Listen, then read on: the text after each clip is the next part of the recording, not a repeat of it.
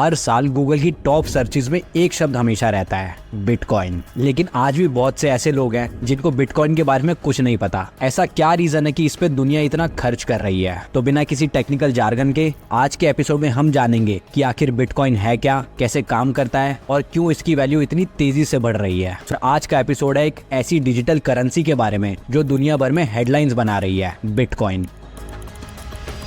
सबसे पहले बिटकॉइन को समझना जरूरी है। बिटकॉइन एक डिसेंट्रलाइज्ड डिजिटल पैसे की तरह है जो 2009 में सतोशी नाकामोटो नाम के एनोनिमस इंसान या ग्रुप ने बनाया था। हमारे रुपए को इंडिया का रिजर्व बैंक और गवर्नमेंट कंट्रोल करती है। इसके ऑपोजिट बिटकॉइन का कॉन्सेप्ट ये है कि इस पे किसी भी सेंट्रल बैंक या गवर्नमेंट का कंट्रोल नहीं होता। बिटकॉइन को बनाया ही इसलिए गया था ताकि अपने ट्रेडिशनल बैंकिंग सिस्टम को बदला जा सके। तो बिटकॉइन आखिर काम कैसे करता है? बिटकॉइन एक टेक्नोलॉजी पर बेस्ड है जिसे ब्लॉकचेन कहा जाता है। सिंपल भाषा में समझाऊं तो जैसे आपके बैंक का एक नेटवर्क होता है, उसमें आपके पैसे ऑनलाइन दिखते हैं, आप पैसे ऑनलाइन ट्रांसफर करते हो, उस नेटवर्क को आपका बैंक ही चलाता है और बैंक ही मेंटेन करता है, इसलिए इसको सेंट्रलाइज्ड सिस्टम कहते हैं। वैसे ही बिटकॉइन का भी एक नेटवर्क है, लेकिन बिटकॉइन के केस में क्या होता है कि वहाँ रुपयों के बदले बिटकॉइन एक करेंसी के रूप में होती है और उस नेटवर्क को कोई बैंक या ऑर्गेनाइजेशन नहीं चलाती। उस नेटवर्क को आप और हम जैसे हजारों लोग मिलकर चलाते हैं। बहुत सारे लोग अपने कंप्यूटर्स की पावर और इंटरनेट को यूज करके बिटकॉइन का एक सॉफ्टवेयर चलाते हैं। इससे बिटकॉइन का नेटवर्क चलता रहता है और उसमें ट्रांजैक्शंस होती रहती हैं। इस सॉफ्टवेयर चलाने के प्रोसेस को माइनिंग कहते हैं। लेकिन अब सवाल उठता है कि कोई अपने कंप्यूटर की पावर और इंटरनेट क्यों देगा? तो देखो, जब भी कोई बिटकॉइन माइनिंग करता है तब उसे बदले में बिटकॉइन रिवॉर्ड की तरह मिलता है। अगर आपको याद हो तो बिटकॉइन की शुरुआत में उसकी कीमत सिर्फ कुछ पैसे हुआ करती थी।